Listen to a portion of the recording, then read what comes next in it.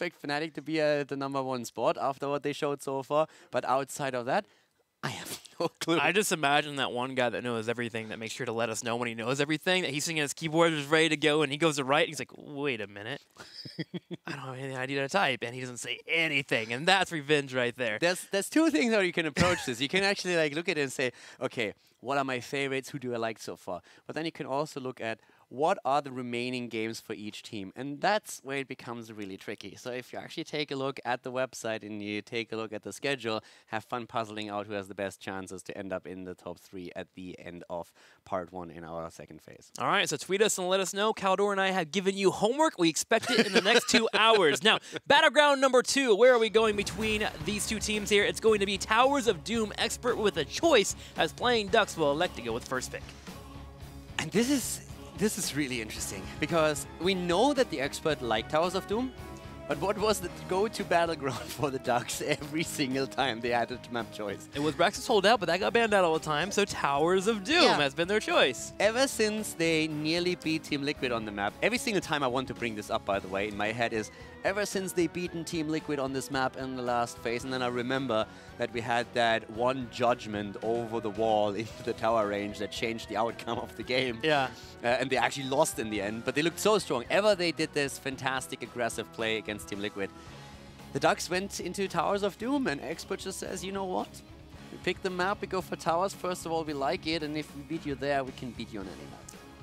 Strong words from Expert with their Battleground choice. Can they pull it off against the Playing Ducks with a 2-0? After game number 1, I'm starting to think maybe Expert just slightly outskills the Playing Ducks, but this is their chance here to kind of show me a different route. Can the Playing Ducks bring everything together? We know their potential, the links, the dots, they just need to connect at some point. And I would love for it to be on Towers of Doom, their Battleground, where they can pull off pretty much anything if they are focused and on target. This is probably one of the maps where I would hate to draft against ADRD the most.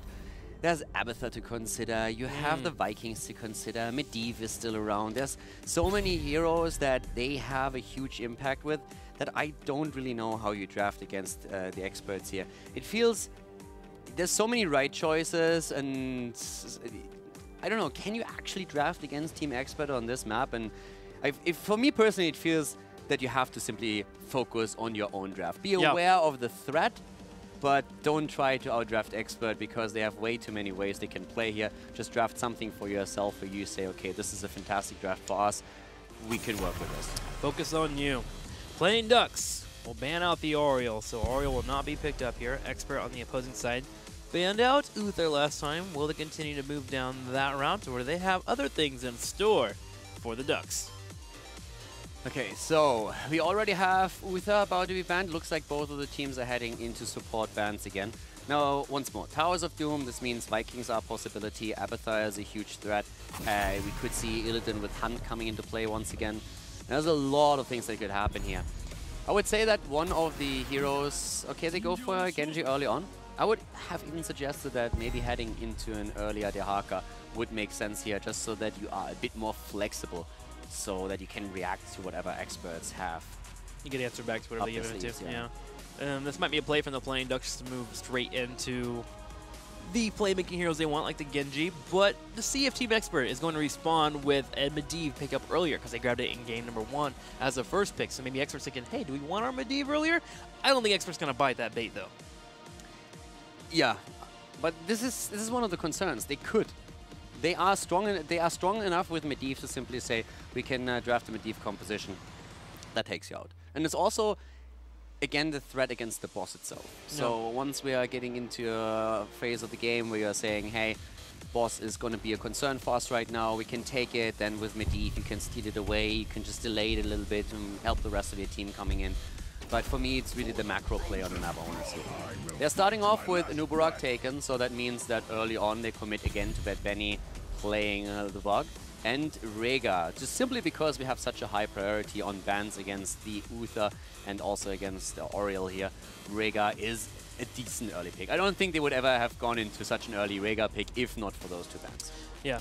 The Cleanse still being powerful and Rhaegar being one of the only ones left here with it. They decide not to get the Grey Mane, which we saw last time, and go for a different puppy, the Rhaegar being picked up. Now, over on the right side, Genji, what do they move into to really bolster this? Is Is Tassadar Tracer still something that the Playing Ducks would be willing to pick up in this rotation? With this, with the Genji already, I'm not sure if you really want to commit to that. I would say no. I like the Yahaka pick a lot. As I said earlier, I would have even agreed with them picking him super high just so that they are more flexible to what the experts can bring onto the into the game. Genji Greymane is definitely solid for them. Tassadar Tracer, we've seen it from both teams in the past, so that would definitely work. But I don't think they would have played it with the Genji here already as the first pick and into. They don't really know what experts are doing. If you pick it this early, then I really think you give your opponent too much wiggle room to play against it, to draft against it. Just interesting. I'm trying to wrap my head around all these supports and what options you can go into and how do you set yourself up to get what you want. I mean, if you look at what we are seeing now for the Ducks, what would they play with the Tassadar Tracer? What would be the second support that really has the same impact as a Reka, Uther, Oriel, all three which are not available to you anymore? Yeah. So I think that's a big part of the thought process here for them too. A long time ago, we had the Tassadar Brightwing combination that was powerful, but you are correct in terms of what do you get to make it easier for Tracer to stay alive. Those options aren't really on the board. Abathur has now been banned out from the Playing Ducks. No love for the Slug. ET, well, we have Stitches taken out as well for the front line. Okay, but here comes the double pick. So now I want to see what they're going to do with this. First of all, if they want to go into the... They are the ones who could pick that Tassadar. On their side, if they want to say, hey, we're going to play a double support combo with a Tracer, with anything else, they could definitely do that. Yeah. Way more than the Ducks. And we know that one of the heroes that ADRD plays a lot is, of course, Tassadar, so that would work for them if they go into the Tassadar pick. He's actually starting to improve his hero pool quite greatly. I mean, last map we saw him on the Greymane, for example. But there it is. Tassadar taken, I like that. The question is, what do they combo it with? Because they still have a lot of options, but they could definitely head into a Tracer if they wanted to. There's always Illidan on the board. Would we be seeing the Illidan? Who would play the Illidan if we did go that route? And there it is, the There we Illidan. go. That's going to be a Theo. Okay. Yeah, all right, I like that as well. So Aethera is going to be on the Illidan, supported by 2. Tassadar is going to be played by ADRD. So we only have one that we still need, and that is Nick. So for Nick, Vala has been a big pick for him. Seen him on Tracer. Yeah, I'm really curious to see what he's going to play with this time, but of course Illidan is going to be the one that you have to deal with when you are playing on the side of the Ducks, and question still remains, what is going to be the main tank? Do they pick an Arthas, for example? Do they really feel confident with that? Going up against the Illidan, are we seeing them maybe, not even suggested the Muradin, but I would like the Arthas a little more. I feel I'm still missing someone here though. Yeah, I would like the Arthas for a pickup. There it is. Arthas and the Brightwing. So we have the Brightwing in the rotation. Is this going to be maybe a Lunara for Expert? Nick's played some Lunara in the past. Point. Yeah, Lunara. Lunara would do a lot against Arthas in particular. It's trying to slow them down, and then Brightwing just has a hard time healing that out. I have definitely one of those facepalm moments right now. I was thinking about the Vala, maybe the Tracer, but another third option would be the Lunara. And Lunara has been the go-to for so many teams, so you're absolutely right on that. And it just shows how many choices they have now. They have all the options. So I don't think they're waiting this long because they are struggling to fill that last spot. It's just a question of, okay, what of these choices is going to be the best one for us? Because they have a lot that can really help here. They can play the Vala, they can go into Lunara, they could even say, hey, we're going to trace that up here a little bit and disrupt the backline of our opponent even more. They're in a fantastic spot. Is this patch the one with the new Guillotine Zul'jin? That's Tracer gonna be the last pickup. I need to get that in my head. The Guillotine Zul'jin, I think, is in the mix now. So it is Illidan Tracer. They can chase people for days, it looks like. Yeah. And I just don't think that Brightwing is going to be the hero to save you here. The Spell Shield is now available for her at the earlier side now, so she does handle the Pulse Bombs much better, but... True, but I just don't think that she brings the heal that you need. For me personally, Brightwing, outside of a global composition, the ones that Fnatic likes to use, outside of you going into full global, I just think against Illidan and Tracer, you don't have enough to have the impact that you're looking for. She can handle 1 dive hero, but 2 becomes a bit too stressful for her. Illidan and Tracer will be hard to handle. I don't know. It comes down to the Arthas, making sure that he spells back correctly, make sure he's near that Illidan and he's there, and that way Brightwing can focus on the correct target. Drag's gonna have to be on point, and then Genji and Greymane have to deplete a support right away, I feel like, for them to win a team fight. If things draw out, Team Expert should take advantages. I'm just not sold on the Brightwing. The only time where we saw Brightwing being really successful was the last game of the mid-season brawl when Fnatic played it against Dignitas, and that was also with a full global comp that Fnatic excels at on Sky Temple. The 2 times before in that grand final when Fnatic relied on Brightwing, they lost both times. So we have seen a few games where Brightwing was successful, but as a solo support in this setup, I'm not really convinced. So this is a chance for the playing Ducks to just show me that I have absolutely no idea what I'm talking about. But Brightwing feels to me personally that it's always a risk. Then again, they were kind of forced into a different path because of that massive choke, or not choke, but the massive bans that were targeting supports. It's not like there was an Uther available or an Oriel or Rhaegar available. They didn't have these choices. They could have gone maybe into the Kharazim here, but Brightwing definitely offers a few things against the Tracer and also against Illidan. So we're going to find out in the game if they're successful with it. Well, it's time to find out if Brightwing will pay off for the teams. Going into game number 2, Towers of Doom. Expert will lead 1-0. Game number 2, ladies and gentlemen, on Towers of Boom. We have to the left side in the lead, 1-0 against their opponent. Team Expert with Kirsten on Rhaegar, Bad Benny on Anuburak, Nick on Tracer, ADRD on Tassadar, and Aethero Angel is playing Illidan. On the right side of the battleground, Sport Billy playing Genji, Wolf Joe on the Brightwing, Etherno playing Dahaka, Chris on Greymane, and Nande will be playing Arthas. The playing Ducks will be in the red. Now the Ducks in the red, and the Ducks also behind, so they have to put some effort into this game now.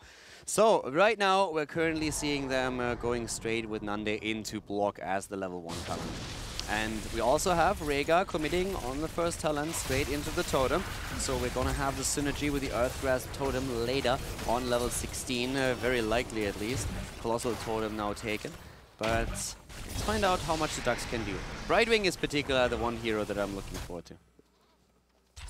I'm also looking into the mounts here. There are 3 happy cloud mounts, which, I don't know, you're all about that money pig. With that cloud mount, might be moving up in top 3 mounts of the game right now. Oh yeah, the Cloud can definitely be in the top 3, but the number 1 spot is still the money. That doesn't change, I'm really sorry to say. It's one of those timeless mounts. It's because he spent a lot of money on it, that's why. The 20k gold. You have a mount that literally farts money. You can't beat that, and you're riding bacon. You have a point. You have a point. The bacon I had not considered before. The bacon really brings that online for me. Okay, thank you. Well, our teams continue to rotate between the top and the middle, and Dahaka is actually getting into a spot lately where he gets a lot of pressure put on him in the early game. People are trying to keep his SSX down, trying to make sure that he's using that early on the trait. So now you're seeing this rotation consistently out of the top lane where Tassadar was up there to help the Illidan, and we also had Genji come up to help Dahaka. Before the game gets completely crazy, I have to just chip in on the money pig tangent for one more point. My dream, from a designer's perspective, Blizzard, I know you're listening, would be if you're mounted on the money pig and you get demounted by a fire spell, there should be bacon around you. That should just drop on the ground. Because that's not visual clutter that we don't need in the game at all, Caldor. Hey, you can make it pretty, I don't care, but there's an idea for you, Blizzard. Make it happen. Instead, if Kael'thas kills somebody on the money pig, we send that person a full tray of bacon already cooked. And now you're being silly. No, that'd be amazing. I would play Kael'thas all day. Burning down. All right, talking about play, we have the altars channeled. Look at that top Sport Billy already trying to get it in on the altar to the top left, but Eternal with that global Dehaka up to the top right, getting the shots in. And now the only altar after shots have been traded off that is still active is the one to the top left, and the experts are going to make their play. This is a benefit for having Brightwing, as you're having that global, so you can get a few seconds on top of an altar, but ADRD comes in with a Side Storm and delays. Rhaegar's on the way for heals. Anuburak gets out with barely any health available. A Thorough goes in for the engage as well, and Team Expert has defended this push. The altar is, of course, way closer to their base, so they have a bit of an easier time making this work. But you can tell that the Ducks are really eager to play with the double globals here. And this is really the strong part of their composition, that they have the Brightwing together with the Dahaka available. Of course, Brightwing still needs a target for her global, but still, the movement or the mobility on the map is fantastic for them. Pulse Bomb goes off. It does miss, but we're going to have the chase already happening here for Nick as Chris will get low. Bad Benny is dealt with pretty swiftly here, and so will another member as Curson gets picked off, and the playing Ducks defend the invade. That was an interesting invade in the first place, because Illidan is during all the time still up at the top lane. I feel this is a fight that he could have let go. I don't think they expected the fast rotations here, but with the Haka and Brightwing on the map, they have to expect this. So Expert maybe a little bit overly aggressive here, thinking that they can make this work, but they should wait for Illidan to have more of an impact in the game. Illidan will have that impact in a few more levels. The 7 will be coming online soon for our teams. Playing Ducks will get it first. Ping pong build here for our Genji, hoping to jump around the fights. And you kind of need that against the high mobility characters of Tracer and Illidan. You're hoping to get those resets and be able to chase them down. So let's see how, I mean, early level 7 for the Ducks give them a slight advantage. And they actually invade the camp at the bot left now. Bad Benny is there. Illidan can still not move over. I like how the Ducks are exploiting the early game advantage here that they've now worked for. Their invade's pretty powerful. Arthas, Grammy in particular, great in the early game, especially if you can lock somebody down. Tracer and crew, they have low health points. They can't really contest those points as well, especially with that Anub'arak there. So Team Expert will defend out on the bottom left, but they are starting to slip a little bit in experience here. 8 is about to hit for the Ducks, while they have 7.5. Now again, while we're looking at what's happening here, the Experts are still ahead in hit points on the core. And it's important to note that with Illidan, the level 10 gives you so much more flexibility on the map, because you will have the hunt available and therefore your pseudo global. Illidan himself at the top lane had also needed to give up another camp, so the Ducks are really moving in with an early game advantage, but in core points they are still behind, and this is the best map to start a comeback later on. So for Experts, they are still absolutely fine here. They are still fine. Holding on, even the altar here on the bottom. Brightwing's making her way down to help out in the fight while Nande steps forward. A tongue does hit on Tracer, but we're going to have a cleanse come out instantly here from Curson.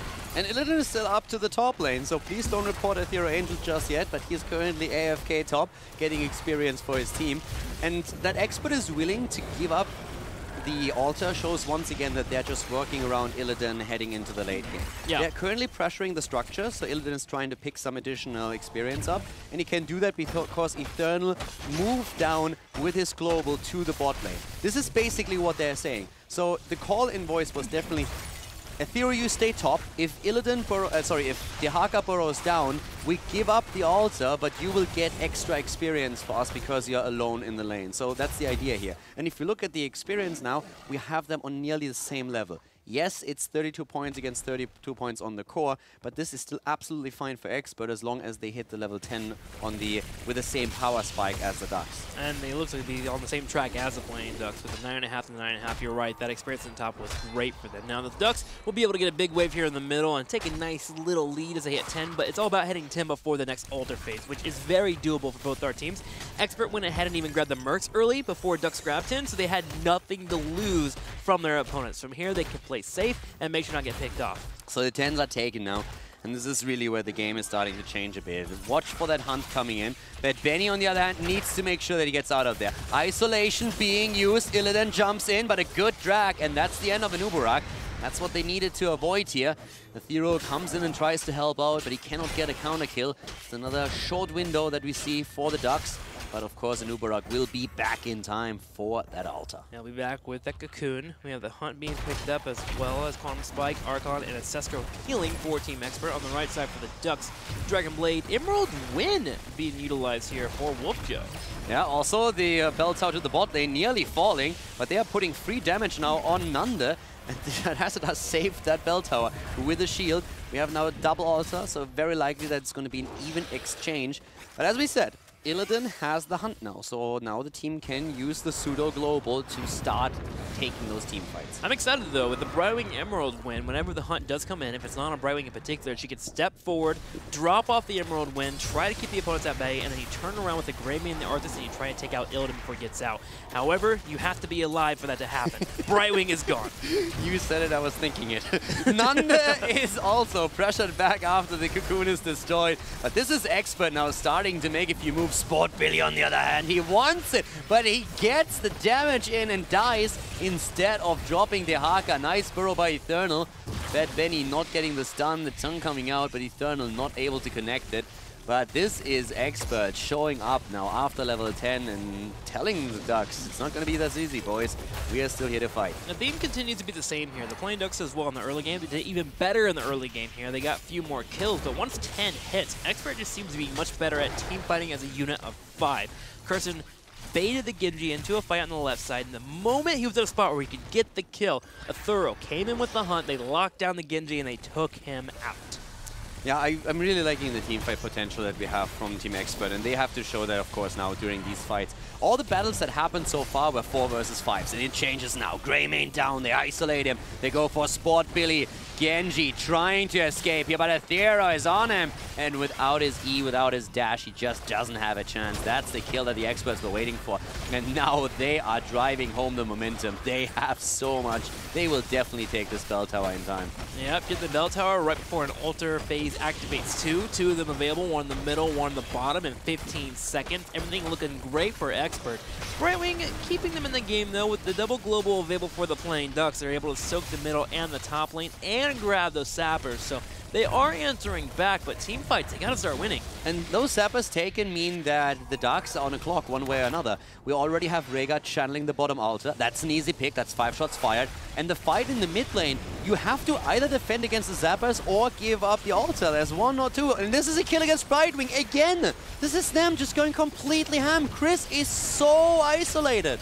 Chris is so isolated, and he's dead. Sport Billy left here on the right side. A Thorough going for the chase, but Nande will be the last one standing here for the Playing Ducks before getting to a turret. Bad Bunny goes in, gets a body block, 3 for 0.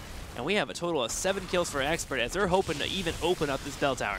Yeah, and they get another 5 shots. I was actually for a moment thinking they would commit to the bell tower in the middle and wait until they get the altar through. So they are looking fantastic here once again. They just took a 10 hit point lead on the course. 28 on the side of Expert and 18 for the Ducks. 2 bell towers have been claimed by Team Expert, which means they're on 6 bell towers against 2, and they have taken nearly a 2-level lead at this point. This is Expert just running away with the advantage. Expert trying to solidify their spot in the top 3 here. Remember, their overall plans were to go to the Western Clash if possible. And they're playing like it, leaving nothing up here for questioning for the Playing Ducks, controlling the bottom bell tower, getting Mercenaries on the left side, allowing Illidan to continue with the double smoke in here in the middle, and the top can hunt in at any point. They're moving quickly towards level 16. And let's not forget, Team Expert has never even lost a map against the Playing Ducks in HGC. This is an absolute incredible feat, and now they are trying to make the exact same thing happen once again. They already have the 7-0 against the Ducks in our regular season. And at this point, it looks very much like this is going to increase to be an 8-0 if this continues. Because the Experts, they are about to hit their level 16, and once that's the case, they will have the additional talent. Nande locked up on the side here. Bad Bidding goes in. Army of the Dead gets popped.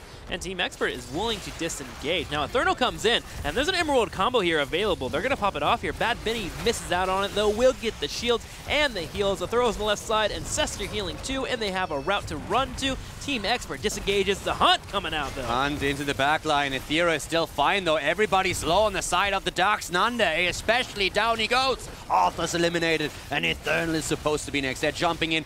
Stuns from Bad Benny. They get 1, they get 2. It's a triple, and they still have everything on the map. Triple altar is ready.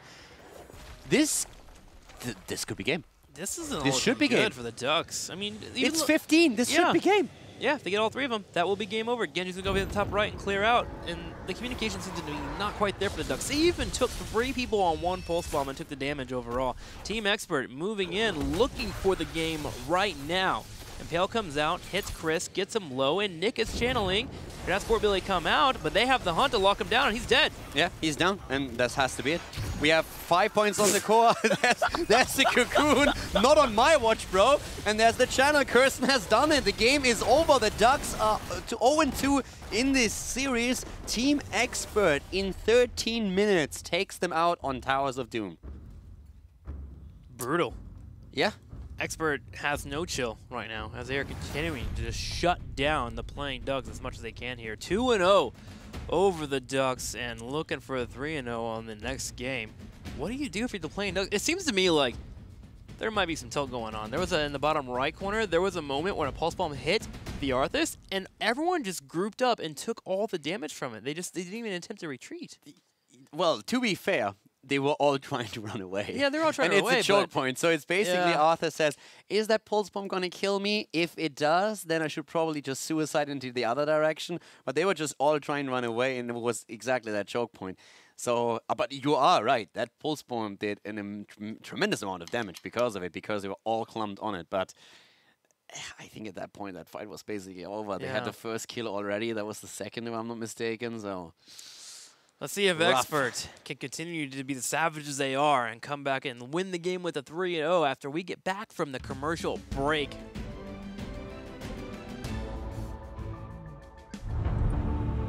The enigmatic necromancers hold a belief that all creation exists in a delicate balance between light and darkness. Should either side gain control, the world of Sanctuary would fall into ruin. As a member of their ancient order, Zul fights to preserve that balance, no matter where his travels may take him or what foes stand against him. Zul is a close-quarters specialist who weakens his enemies and raises the undead to aid him in battle. Rise in my service. Zul's trait is Raise Skeleton. When a nearby enemy minion dies, Zul will raise a skeleton warrior to push alongside him. The Necromancer can have multiple skeletal warriors active at once. His first basic ability is Spectral Scythe. After a brief delay, Zul summons a ghostly scythe at range that returns to his location, dealing moderate damage to all enemies within its path. Next, Zul is able to empower his melee weapon to deal Cursed Strikes. Once activated, Zul's scythe will deal area damage for a short duration with every basic attack, while simultaneously reducing the attack speed of all heroes hit. Zul's E ability is Bone Prison. When cast on an enemy, following a short delay, Zul summons a cage of bone that roots its target. Zul's base kit includes an activated ability on the one key, Bone Armor. Once activated, Zul gains a temporary shield. This ability is customized at the level 1 talent selection to either deal damage, slow, or evade basic attacks.